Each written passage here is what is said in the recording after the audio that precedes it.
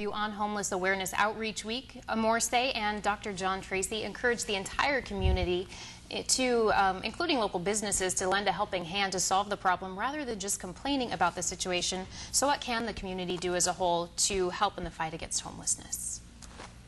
Well, during the count, please assist us if you know of any homeless individuals or homeless families who needs assistance. Please refer them to us if you know where they're located. We have worked with the Mayor's Council and the different mayors as offer their assistance.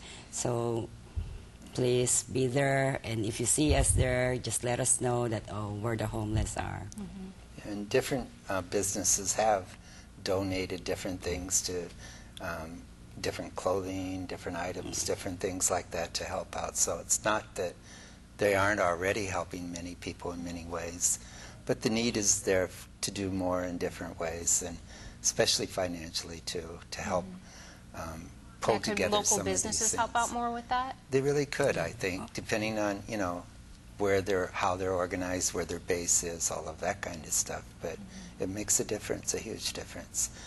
Okay, so Amor, you were telling me earlier that the number of people being counted is slightly different than last time. Who's going to be included or excluded this time around? Well, in the past, we have included those ladies who work in the massage parlors. But as far as HUD is concerned, if they work in that place of their place of business, but their living quarters is there, then we can't consider them homeless. So, do you think the overall Guam population recognizes there's such a large problem with this in our community, or do you think that it's kind of just shoved on the back burner and people don't realize? Well, in the past, because they're not very visible, I think the community wasn't aware that there are homeless people in Guam, considering that Guam have close-knit families. But then after we started doing the count, and every year we've been finding out that there are homeless people, who live out in ranches. And lately, you've seen homeless people walking around the Ganya area and at the beach. So I think they're beginning to recognize that we have homeless problem here in Guam. Just to add to that, if I might, too, the people that I've talked to, a number of them, really don't recognize it as that big of an issue. They think, first reaction is, we don't really have any homeless, or very many, do we? And yet, there's also another thing about homeless on this island, and that is because of the kinship system that Guam has in many families, they tend to do their best to take care of their own. And so there are people who are, in a sense, homeless or very close to it, who are depending a lot on their families to help get them through these times for themselves. And that's wonderful, and it needs recognition more by the community. But those families also could use some help, or more help sometimes, in helping their family members, Okay.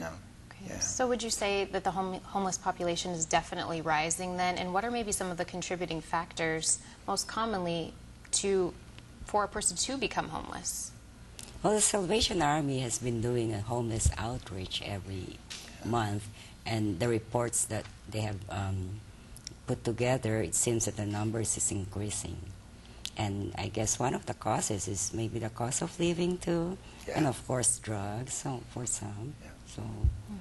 Now we've heard too that maybe some of the homeless are being sent elsewhere, maybe to Hawaii or something like that. Is there any truth in that, or the other way around? Or the other way around? People are being sent here. A couple of years ago, one of our sub-recipients, I call sub-recipients those organizations that we provide funding for, they were told by a homeless individual that he was given a one-way ticket to come here to Guam. Do you think that's a common practice? Who knows? Or there's no way to tell? No. It's not, I haven't encountered anyone. Yeah. So. Is there anything else you would really like the public to know about the homeless count, any of the programs, anything we haven't touched on yet? Well, with the homeless count, we'd like to remind all the volunteers to report at the Salvation Army on Thursday, 5 o'clock in the morning. Yep. And do people already have to be signed up, or are you still accepting volunteers? Well, we have pretty much... Full this time? Yeah, but if they still want to join us, they're more than welcome. The more the merrier. And are there other times of the year when you're still looking for people to help out? Is this a continual thing, I imagine? This is a continual. Yeah. So even if they're not where they can do help at that time, they can still volunteer and let people know that they're interested in being a part of helping in some way. Absolutely.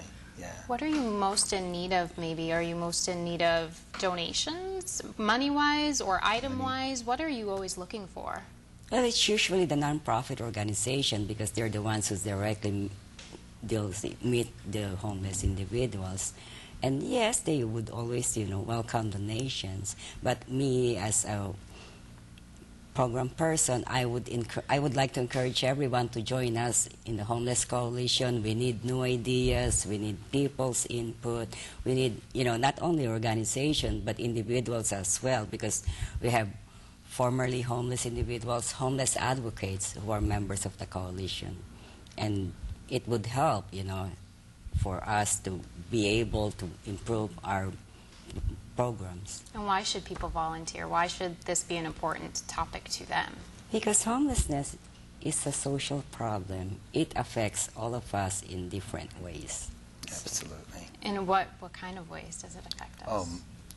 I mean, everything is interconnected. This is a system. It's not just, this little pocket, that little pocket. When people's lives are disrupted in whatever way, it influences the rest of the people on the island as well and elsewhere. Family members, children, you name it, other kinds of problems. The list is pretty long, actually. But in reaching the homeless, it's first recognizing that they're part of us and we're part of them. They're not strangers to us. They don't have to be. And they don't have to be people that are a threat to us either. In many ways, if you're homeless out there, it's usually the other way around. You have to watch your safety. That's your biggest issue out there. And so, people need to be brought into it and work on this together. And money is a big factor.